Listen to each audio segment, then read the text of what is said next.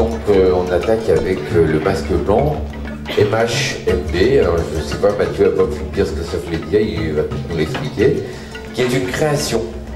Je suis Paul Rigard, le responsable des rencontres de théâtre enfant à Romagna depuis un certain nombre d'années. J'ai envie de dire pas depuis le début, puisqu'au départ c'était Didier Dubrinquier qui est à l'origine de ces rencontres. Elles ont débuté en 1993. Pourquoi j'aime bien le théâtre, pourquoi je fais du théâtre? Alors déjà, il faut savoir que je fais effectivement du théâtre depuis un certain nombre d'années. Moi j'aimais bien le théâtre, j'avais envie aussi de transmettre cette passion autour de moi. Le théâtre apporte forcément une construction personnelle, un enrichissement, que ce soit en termes de culture, parce qu'il faut apprendre des textes, il faut découvrir des auteurs, puis ensuite il faut les mettre en scène, il faut les jouer, il faut s'approprier un personnage, il faut arriver à le camper, à le mettre en place. Ça demande une réflexion, une analyse. Il y a ce que l'on peut faire au niveau d'un enfant, d'un adolescent, et puis ensuite d'un adulte.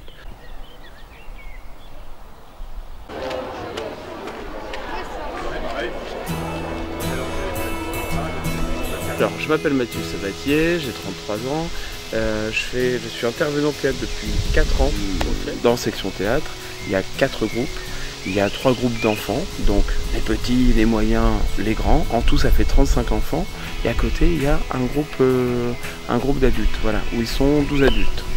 Il y a 2 animateurs, donc moi je m'occupe de toute la partie enfant, et il y a Hugues qui s'occupe de la partie adulte. Alors, je peux vous raconter un peu comment ça se passe, le théâtre à Romagna en fait, parce que c'est un peu particulier. On s'intéresse très peu au texte, on bosse essentiellement vraiment sur le corps et les émotions, voilà.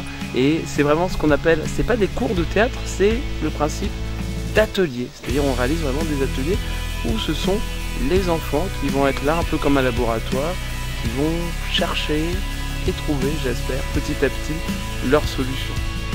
Maintenant on est fatigué, on est lourd, on a du mal à porter notre corps, on est tellement lourd que petit à petit on s'écoule doucement le cœur.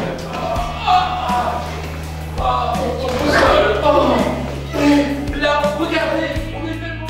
Alors, le principe du théâtre, justement, c'est que ça nous permet d'accueillir des publics différents. Et ce qui est super, c'est que au sein du théâtre, il y a la place pour tout le monde. C'est-à-dire qu'on n'a pas besoin juste d'avoir des grandes gueules ou des enfants qui prennent beaucoup de place. L'enfant qui, des fois, va avoir un peu de mal à s'exprimer devant les autres, justement, il va aussi trouver son compte parce qu'il va pouvoir, justement, apprendre à affronter ça. Voilà. Ah, c'est parti. J'en ai plus. Vous êtes tous des créneaux. Vous êtes nuls. Franchement, vous me saoulez. Vous êtes tous nuls. Taisez-vous. Vous m'arrivez là. Franchement, vous êtes nuls. Alors je vais vous parler un peu des spectacles qu'on met en place cette année. On a 2 thématiques différentes. On a une thématique super-héros avec les préadolescents, parce que c'est un âge où ils adorent ça, les pouvoirs. C'est quand même très agréable de se sentir supérieur. C'est quand même assez sympa. Et le deuxième thème, c'est le musée. C'est le principe vraiment d'un laboratoire où ce sont les enfants qui ont trouvé, au sein de l'idée même du musée, leur petit sketch en fait, sur comment eux ils se comporteraient dans un musée par exemple. Et il y a un enfant qui a dit moi j'aime pas y aller au musée et ma maman elle veut absolument m'y traîner. Et alors du coup ils ont fait un sketch où on voit une maman qui traîne l'enfant et l'enfant dit non mais je veux pas y aller, je veux pas y aller.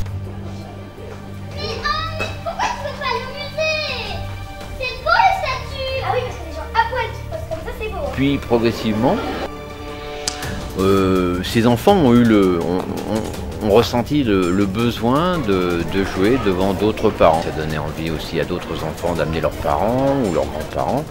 Et on s'est dit, mais alors pourquoi pas faire quelque chose un petit peu plus ouvert au département. Puis on a eu 2 ou 3 troupes pendant un certain nombre d'années. Et moi j'ai dû prendre les rencontres, c'était, j'ai envie de dire, j'ai dû commencer aux 8e rencontre, après 2001, puis progressivement, donc on est arrivé à avoir à peu près 200 enfants qui ont participé à ces rencontres, avec notamment des ateliers qui ont débuté le vendredi soir, des ateliers plutôt ados, qui durent à peu près 40-45 minutes, Le samedi matin, il y avait 4 ateliers d'improvisation, donc ce sont des ateliers qui sont ouverts aux enfants. Alors on avait un atelier mime, un atelier conte, travail sur le conte avec des marionnettes. On avait un atelier aussi sur le travail sur le clown, et puis un atelier improvisation. Madame, vous allez pas rester là dans votre voiture? Si. Non, si, je reste là. Non. Si. Dis quelque chose, toi. Mais je sais pas, Pourquoi vous êtes là, madame? Je vais être là. Mais partez. Non. Mais alors visitez. Non. Donc, avec des rotations, puisque l'idée c'est de faire en sorte que chaque enfant puisse au moins faire 2 ateliers dans la matinée. Et après le goûter, on poursuit nos spectacles. Samedi après-midi sont souvent des spectacles de 10, 15, 30 minutes maximum pour l'après-midi. Je considère qu'à 7 ans, 7, 8 ans, 9 ans, on peut difficilement monter quelque chose un petit peu plus copieux et épais. Bon, alors, mesdames et messieurs les enfants, nous sommes dans un musée. Est-ce que, avant de rentrer dans le musée, est-ce que vous pourriez me dire ce qu'on ne peut pas faire et ce qu'on peut faire? Mademoiselle. On n'a pas le droit de toucher les tableaux.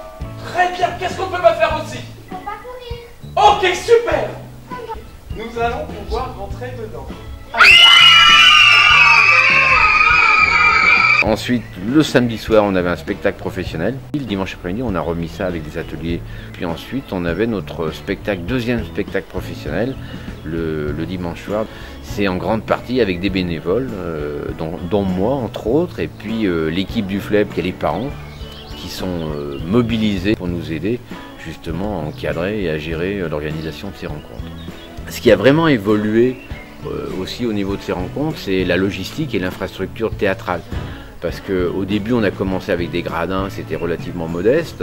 Vous avez vu sur ces 21e rencontres, la mairie a investi sur justement des gros pendrillons, un espace scénique fort. On a des vraies estrades et on a vraiment une puissance de feu, une puissance, on va dire une logistique théâtrale qui est forte. Ce qui veut dire que les enfants, ils jouent dans des conditions professionnelles. Ça veut dire que là, on leur offre la possibilité de monter leur spectacle et de le jouer devant 100, 150, 200 personnes. Et ça, c'est ce qui fait qu'un enfant, il va sortir un peu de lui-même.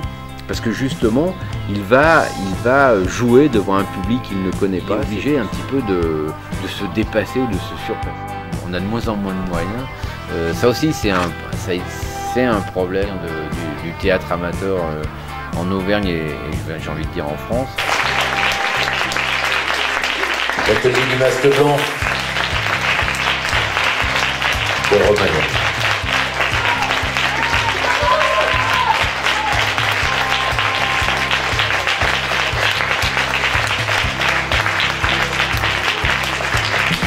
On les applaudit bien fort.